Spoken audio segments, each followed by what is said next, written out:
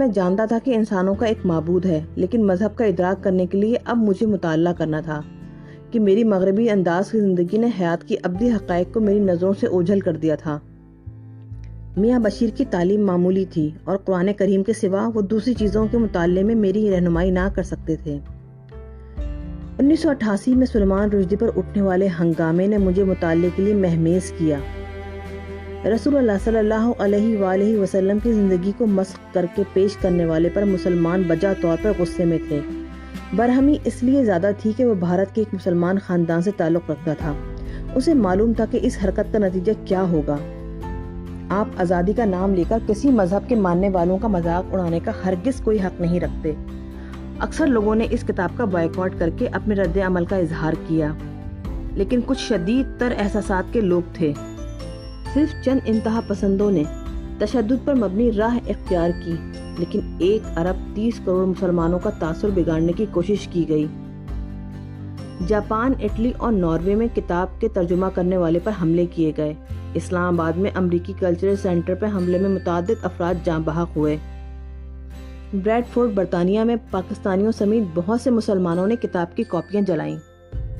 برطانوی مسلمانوں نے مذہبی توہین کے قانون کا حوالہ دے کر اس کتاب پر پابندی کی تحریک چلائی، مگر یہ ناکام رہی کہ قانون صرف مسیحی مذہب کے حوالے سے مؤثر تھا۔ سب سے بڑھ کر یہ کہ امام خمینی نے مصنف رشدی اور پبلشروں کو قتل کرنے کا فتویٰ جاری کر دیا۔ تہران کے ایک اسلامی خیراتی ادارے نے رشدی کے قتل پر انعام مقرر کر دیا۔ بہت سے علماء اور اسلامی کانفرنس نے خمینی کی فتوے کی مذمت کی۔ اگرچہ قرآن کریم میں توہین رسالت کی سزا موت ہے، مگر فتویٰ اس اعتبار سے نادرست تھا کہ اسلام ملزم کو عدالت میں اپنا موقف پیش کرنے کی اجازت دیتا ہے۔ غیر مسلم دنیا اس ہنگامے سے پریشان تھی۔ اسے اندازہ ہی نہ تھا کہ مسلمان اللہ کے آخری رسول صلی اللہ علیہ وآلہ وسلم سے کس قدر اور کتنی بے پناہ محبت کرتے ہیں۔ ہمارے عقیدے کا تمام تر انحصار انہی پر ہے کہ قرآن ان پر نازل ہوا۔ قرآن کریم پر ہمارا عقیدہ استوار ہے، لہٰذا نبی کریم صلی اللہ علیہ وآلہ وسلم پر کوئی تنقید ہم گوارا ہی نہیں کر سکتے۔ میں مسلمان دانشوروں اور علماء کو ذمہ دار سمجھتا ہوں کہ وہ اس باب میں مسلمانوں کی حساسیت سے مغرب کو آگاہ نہ کر سکے۔ اسلامک کانفرنس کو اس سلسلے میں ایک وفد یورپی یونین اور امریکی کانگریس کے پاس بھیجنا چاہیے تھا۔ مغرب وگرنہ یہ بات کیسے سمجھتا، جہاں آئے دن مذہبی شعار کا مذاق اڑایا جاتا ہے۔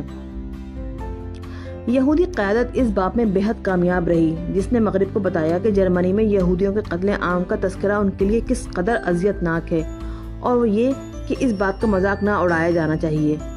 مسلمان ممالک کو اس مثال سے فائدہ اٹھانا چاہیے تھا۔ اسلام کا دفاع کرنے والا کوئی نہ تھا، اور مغرب کے عام لوگ نازی جرمنی میں کتابوں کو نظر آتش کرنے سے اس واقعے کا موازنہ کر رہے تھے۔ خود میرا علم ایسا نہ تھا کہ اس موضوع پر بات کر سکوں۔ نیوزی لینڈ کے دورے پر مجھ سے پوچھا گیا کہ کیا اسلام ایک متشدد مذہب ہے؟ اب میں نے اسلام پر اہم کتابوں کا مطالعہ شروع کیا اور میرا ذہن روشن ہونے لگا۔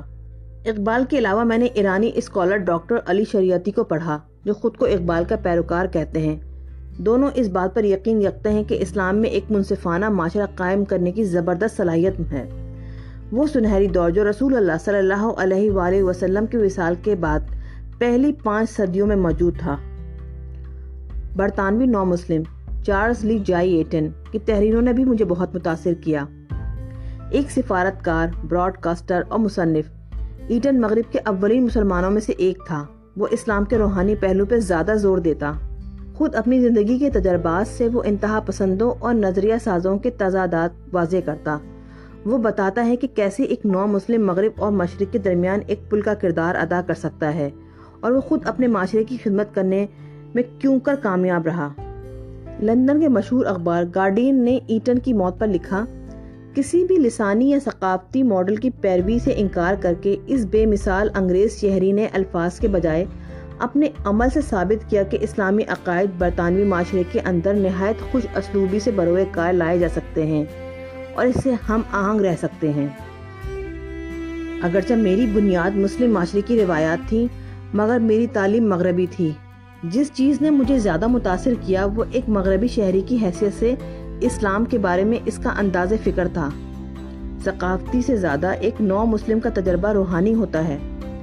اسلامی دنیا کے بہت سے اسکالر مقامی ثقافت اور تاریخ کے بوجھ تلے دب جاتے ہیں، جیسا کہ ایٹن اپنی کتاب اسلام اور انسان کا مقدر میں واضح کرتا ہے۔ پیدائشی مسلمان کے بجائے جو شخص خود مسلمان ہوتا ہے اس کی جڑیں مذہب میں گہری ہوتی ہیں۔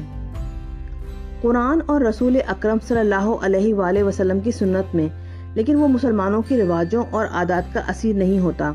وہ ان کی سی قوت نہیں رکھتا مگر ان کی کمزوریوں سے بھی بچا رہتا ہے، اس احساس کمتری سے بھی محفوظ جو ان کی حالیہ تاریخ کا ورثہ ہے۔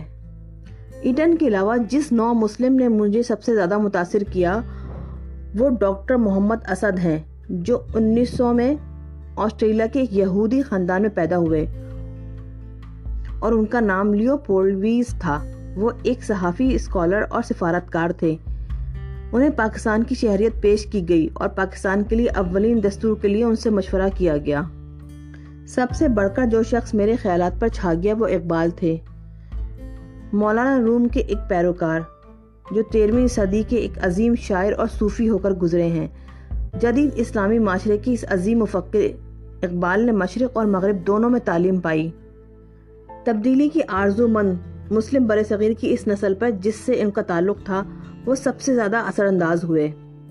ان کی فکر کا محور خودی ہے۔ ان کی رائے میں خودی کا حصول خود انحصاری، عزت نفس، اپنے آپ پر اعتماد اور اپنی صلاحیتوں کے ارتقاء سے ممکن ہے۔ اقبال کہتے ہیں کہ آدمی خود اپنی تقدیر رقم کرتا ہے اور اس کا انحصار کردار کی تشکیل پہ ہے۔ ان کا نظریہ عملی ہے اور وہ آدمی کو اللہ کی عطا کردہ صلاحیتوں کے مکمل ارتقاء کی طرف راغب کرتے ہیں۔ ان کی شاعری میں اہم ترین علامت شاہین ہے، جس میں عزم، جرت، پرواز اور خودداری پائی جاتی ہے۔ وہ پرندوں کا بادشاہ ہے۔ وہ تحفظ اور پناہ کا آرزومند نہیں ہوتا۔ نوجوان نسل کو وہ یاد دلاتے ہیں، تو شاہی ہے، پرواز ہے کام تیرا، تیرے سامنے آسماں اور بھی ہیں، نہیں تیرا نشیمن قصر سلطانی کے گنبد پر، تو شاہی ہے بسیرا کر پہاڑوں کی چٹانوں پر۔